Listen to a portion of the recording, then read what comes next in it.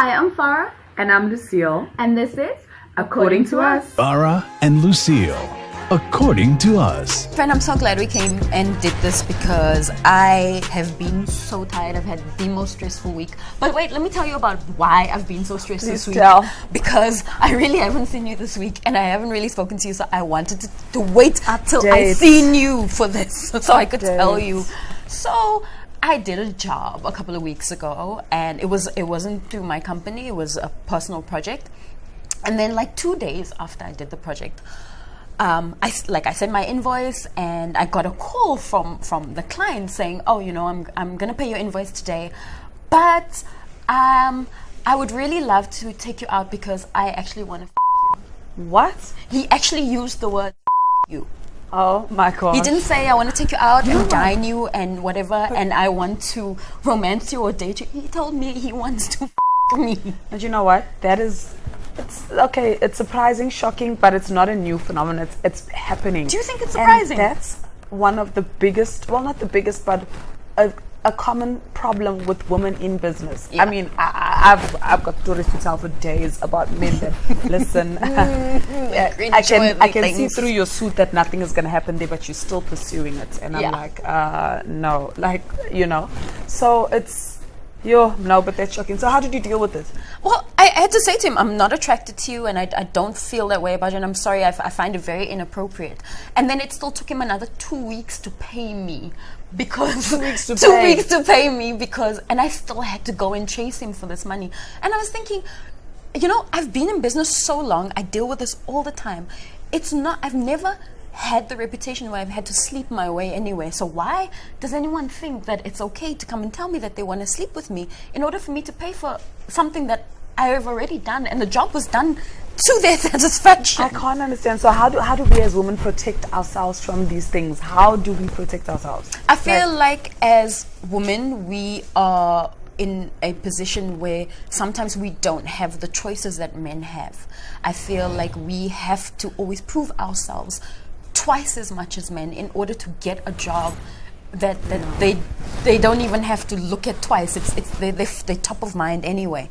But the mere fact that we are still going through these times where our paychecks are dependent on whether we're taking our clothes off or not. I think at this point something really needs to be done. We really need to start naming and shaming these kind of men because maybe that's the only way to stop them. But then do we do that and then we close ourselves off from the other jobs? That's exactly what happens, and that's what most women fear, is that if I'm now going to name and shame, I'm going to be the girl, I'm going to be the pimpy, you know, and I'm not going to get work because at the end of the day, the way that most women see it is that I've got to put food on the table, I got to be relevant, I got to be, you know, because this is, and I mean, I got a lot of this in the entertainment space when I was doing a lot of work in that, where a lot of the girls, you know, felt that in order to get onto TV shows and they needed to sleep with abusers and then I got into the space of being out of entertainment and I saw it happening there also in the corporate space and I was like, gosh, it's everywhere. So women, it's not only women in the entertainment space that are going through this, it's women in most categories of business that are going through, you know, that it's not just that their intelligence, you know, their capabilities to be able to do the job that count towards getting the job when sitting on the other side of the table with most men. Let me not say all men because not all men are the same. You know, so I just feel like, how do we get to the next level? How do we protect ourselves as women? I'm not quite getting it. I wish there were laws. I wish there were places that we can go to. But even in your sense where you say all men are not the same, I'm sorry, in this instance I'm going to categorize all men the same because you know what? No, you know, in that sense, because I feel like men need to tell their brothers, listen, you cannot do this. Men need to start calling other men out about their behavior in the boardroom. I feel like that is for us. I mean, these are men that have daughters. How would you feel if your daughter was sitting in the boardroom and the only reason that she's going to get that job is because she's going to open her legs? That's not fair. How How would you feel if your daughter was sitting in the boardroom and the only reason that she's going to get that job is because she's going to open her legs? That's not fair. Why should we have to go through that? We are intelligent women. We are not stupid women. We have come very far in our businesses, you know. And as for me, and I know for you too, we have never had to sleep with anybody in order to get where we are now. However, would I have probably have been richer had I slept with someone? Maybe. Would I have been further in my career? Probably. But when I get up in the morning, I can look at myself and I can say, hey, I'm here because I didn't have to do that. However, we don't all have the same bills to pay. I'm in a better position now in my life where I can say, I'm not doing that work and I'm not sleeping with you because I'm fine. I'm financially okay. However, the young girl out there that's starting a business now that needs to pay her rent at the end of this month, it's not fair on those girls. They're now having to think, this is how I'm going to get in business. This is my only option. Now, how do you judge those girls for doing that? Because at the end of the day, we all have different bills to pay. And I've said this before. So how do you now help a young woman coming into the in any industry and make sure that they aren't subjected to all of those things? It's just about your readiness. I feel it's about your readiness for the space that you're going into. If you have done your research, you know you've studied or whatever, you've got the experience, and women need to own that. Be proud of how far you've come to be sitting at the table to begin with. Go with that, with confidence, with full might. Go with that. People I think a lot of women have not low self-esteem or well, some just have low self-esteem, and some just generally, you know, feel like let's go the easy way out. The easy way out is not necessarily the best way out.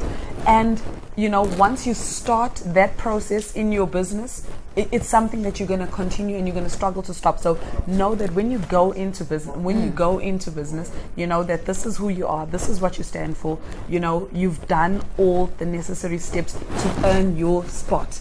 And when you get there, you make it known, and don't be afraid, because I think that's when people sense that you don't have that confidence, or you're afraid, or that you'll just be a pushover and they can just demand this, demand that, you know, that you then become the victim, so to speak, you know, and it continues. Completely. So I think just set the precedence from the beginning. When you get into it, walk tall. You know why you're there. You know why you're in business. You know what you know. You know that are you going to do a good job, just like the man, just like, you know, even some people, it becomes into the racial thing. You know your worth. So just go forth with that. So how do we then, because for me, I had to sacrifice not getting work because I knew full well I wasn't about to sleep with anyone for it. So it did take me a lot longer in terms of getting where I am now. So how do we help these young women? How do we put them in a position of power? Well, it is going to take longer. I don't want to lie. It is going to take longer, but it's exactly the same thing. There's no get-rich-quick schemes. There's no easy path to success. You know, it happens for some people. It doesn't happen for most, you know, and it's going to be hard, any journey in which you're going to take to be a successful entrepreneur, and those are some of the hurdles that you're going to encounter along the way. But if you know what your end goal is, where your win is, where your success factor is going to take you, you deal with it as they come, but you just keep moving. Don't give up. Don't think that you are defeated. It's just another hurdle, and you just have to have the right mechanisms in place to overcome those things. Okay, so what are those mechanisms? So now do we say to young women, you know, when you go and pitch for work and somebody wants to sleep with you, say no. Now, how do you then put that woman in a position to make sure her rent is paid, to make sure her bills are paid, if we are telling young girls to say no? So this is the thing. This is why I feel men need to be accountable, where they say, no, I'm not going to do this to a young woman and demoralize her in this way. I'm going to give her the job because this is what she is good at. So this is why I call on men to be men. Yeah. And it's a conversation among them. That's why I don't want to say some men. I want to say all men. You all are responsible for this. You are all responsible for making sure that these young women don't have to do what they think they have to do in order to get somewhere. I just don't personally think it's fair. We've had to go through some. I mean, what are some of the things that you've had to go through as a woman? My God, just this week. Okay, I don't think it's necessarily a woman thing, but it's a challenge in business, especially in the space that I operate. It's the marketing space, you know, so you're always pitching, you're always presenting documents, you're always doing proposals and so forth. Wow, this week I got the shock, and I think that's what kind of defeated me or put me back and put me here to come and get Give me a revive. because I needed a boost. It was like, wow.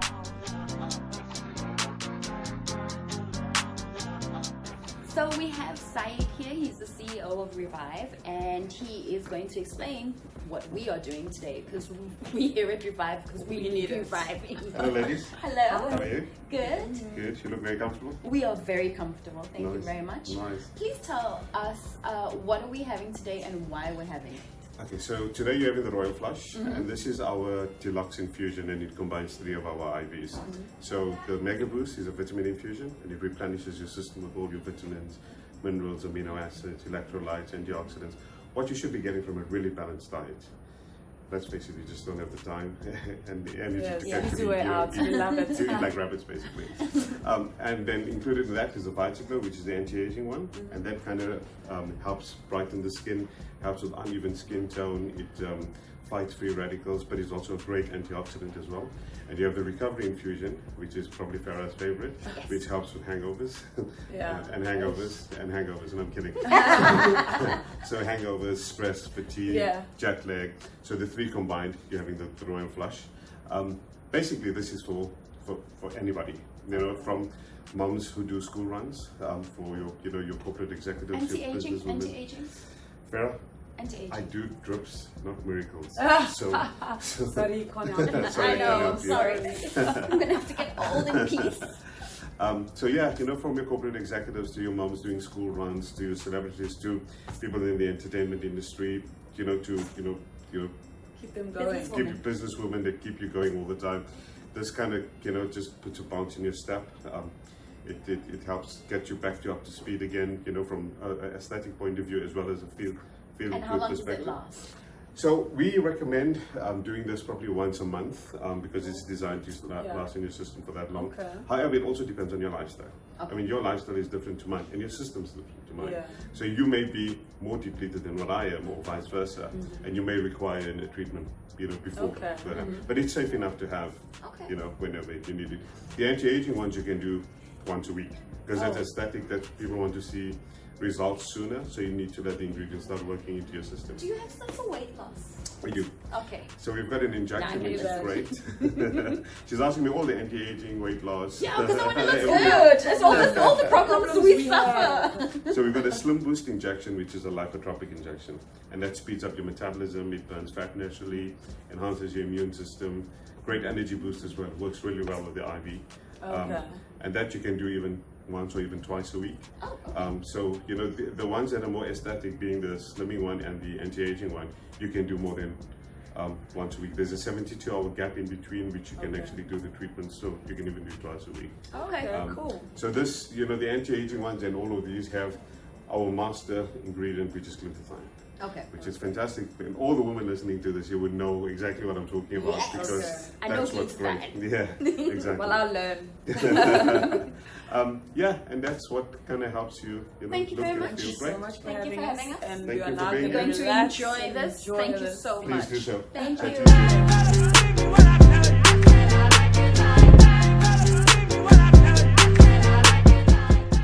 Give me a revive. Because I needed a boost because like wow, like I was just mentally and emotionally drained. I worked damn hard on a pitch, and then okay, so 2 weeks ago did the pitch, everything was great seemingly, okay, and then a week later they basically said that okay, they decided to put the whole project on hold.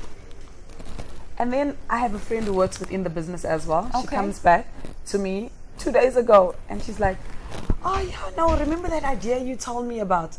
Yeah, we're starting to do that. I'm like, huh? But they told me that they put the thing on hold. And then they're like, oh, I they thought took your idea? No, yes. And then she says, oh no, I thought you're working with, okay, I won't mention names. And he's like, oh, I thought they put you guys together to work together. And I was like, You know, I was like, no, they told me that they are moving the project out. It's not happening anytime soon because they don't have budgets. So I'm like, okay, so dude took my idea and he gave it to the sister. Wow. So yeah, so they said they don't have budgets, and you know, it's not something that I'm seeing for the first time. I have been a victim of this 100 times.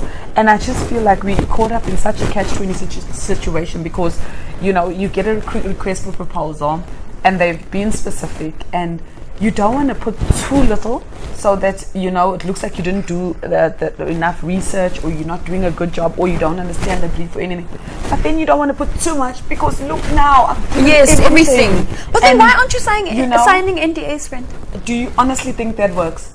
Yes. Honestly, how? Yes, because I have a lawyer who has made sure that our NDAs make sure that from a work perspective, anything that is even remotely like our work, I can go in and I can sue you because I can prove that I pitched it. If I can prove that it's my intellectual property, it's my damn intellectual property. But there's a lot of ways that they can also work around that. There's a lot of things that they can check. But even if you've just given them the basis of it, you've given them something to work off of, and then they'll take that and add. So either way, because just as you've got lawyers, trust me, these crooks in the corporate world are just as smart. They find ways to get around it using the basis of your work, and then you watch it done in class out. And then somebody who doesn't have brains enough, all they've done is just implement your concept. So and a lot of I feel a lot of the times I sit with proposals and I'm like, okay, how far do I go now? Because I don't want this person to take my idea and give it to the cousin or the sister or whatever in this case, you know. So like, but what I usually do is, if I put a proposal together, it's always a proposal that can only be presented. Be like, yes. Only presented? So, for instance, I'll put a proposal together where it's not so comprehensive that you can just take that proposal and go work. It's a proposal where it's the basics of what we can do, and then I say, invite us in for a proposal so we can pitch to you. I go in, I present my idea. You speak it I speak it instead of putting everything in there, because the one thing I have realized is that, as great as my idea is and that you want it, you will never implement a proposal like I can implement it, because it's my idea. Yes. I know all the basics. I know the intricacies of how it's going to work. So it took me a really long time, because I have been through that as well. It's taken a long time to get to a point where I can afford lawyers in my life.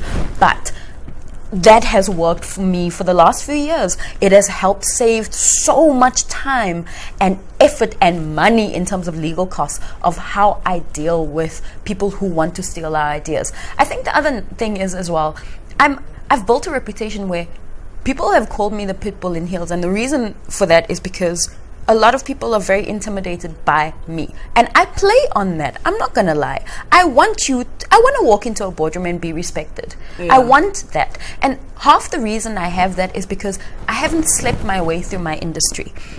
So I'm very lucky that when I do walk into a boardroom, there's no one there that has seen me naked. But again, you can't say to people, don't do that, because again, we all have different bills to pay, and what you want to do, I'm not going to stop you. If that is something that you want to use as a stepping, exactly, we can't judge each other for that, because ultimately as women, we are second-class citizens in everything. No, but you know what? Hold up. Let's not just talk about women, because I actually have a friend, a guy friend, okay, who had a similar kind of harassment from a woman.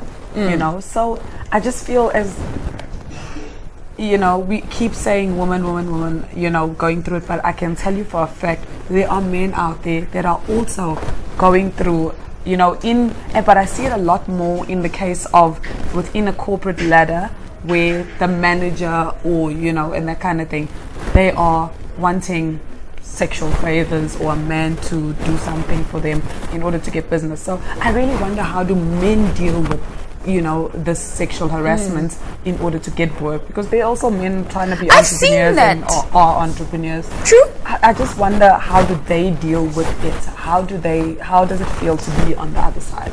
Do you know, I don't hear many stories of men or men who are being coerced for sexual favors in order to get work, but I have heard a few, and to be honest with you, I don't think it's right either way. I don't think it's fair that a woman should go and harass a man for sex in order to give him work. I don't think anybody has the right to do that to to anyone, whether you're male or female, I think it's Have wrong. you ever met a man though that came to pitch for you and you thought, Do I have to answer this question on camera?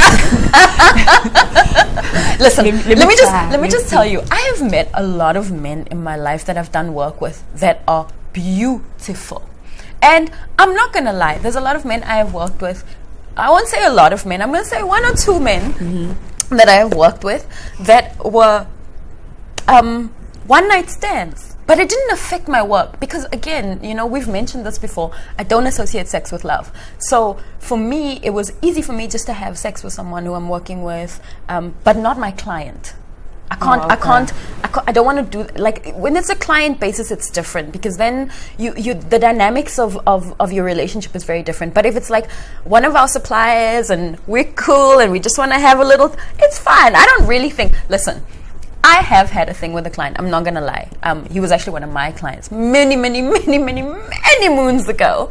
And you know, for me, it taught me a lesson that I never wanted to be in that position again. Yeah. I wasn't right doing that. That wasn't right of me. I didn't use it as a tool to say, you have to do this because then I won't do this for you.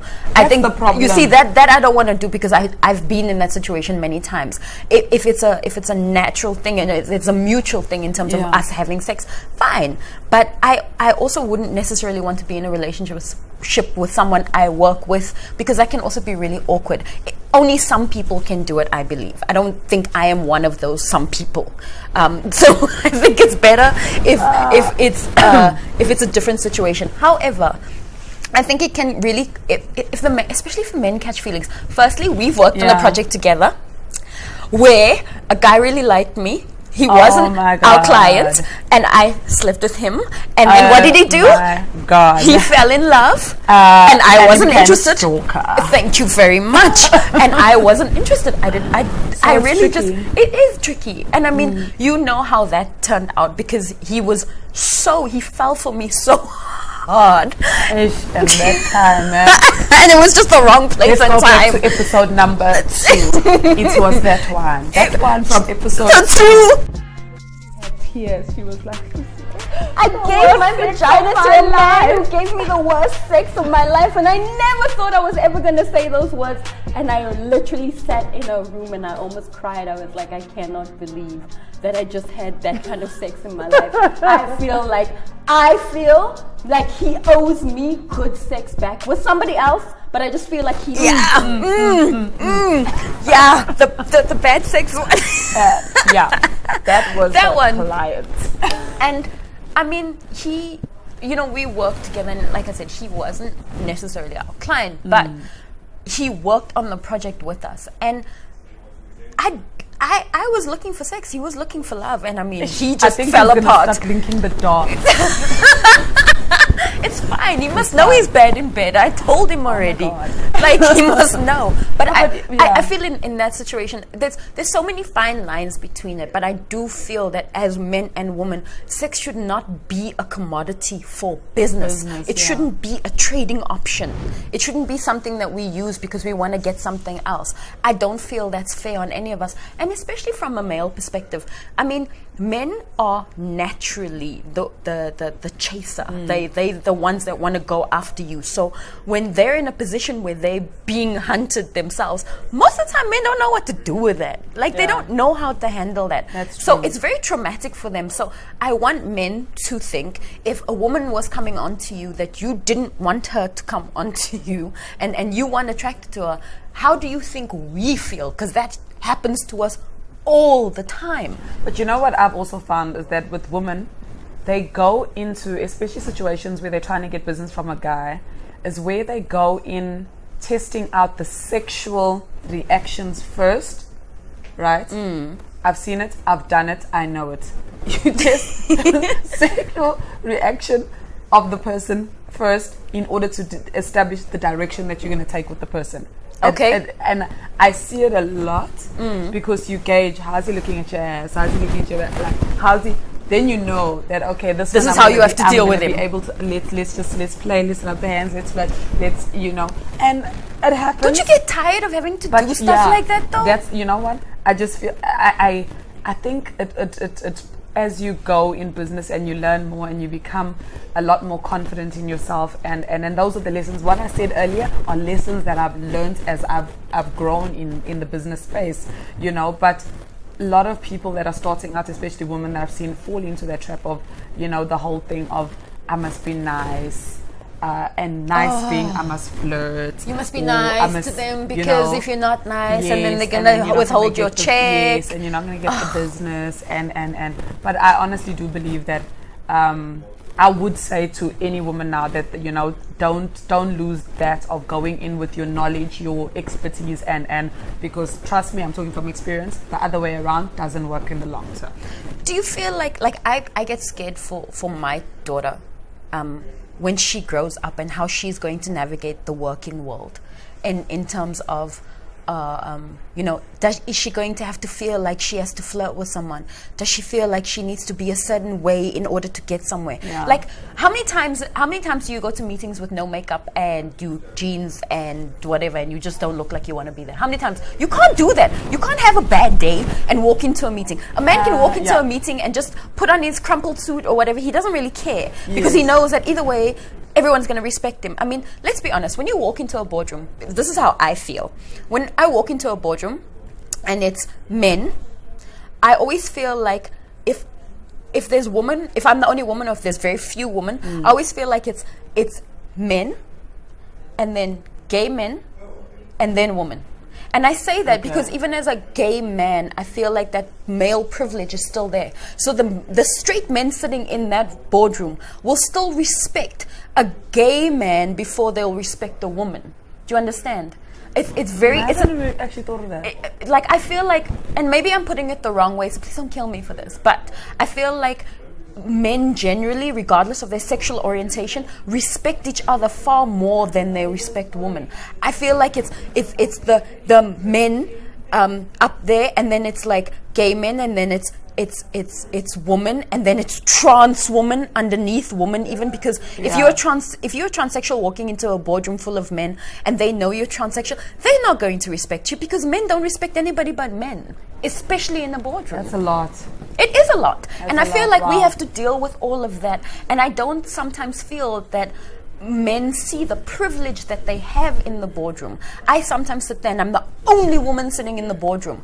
And if I don't make my voice heard, if I am not there and loud and proud and standing out there, then no one's going to listen to what I have to say. That's exactly it. I feel like, you know, is how you start the relationship, how you walk into the boardroom. It's about make your presence felt, make it known, and not known for the wrong things. Get there, greet with how a man would greet, and make them know that you are here. You're here for a reason. Be vocal, speak. You know, speak your business. Be loud and proud. Let them, you know, be on the same level. You know, if you're gonna sit and be the submissive little,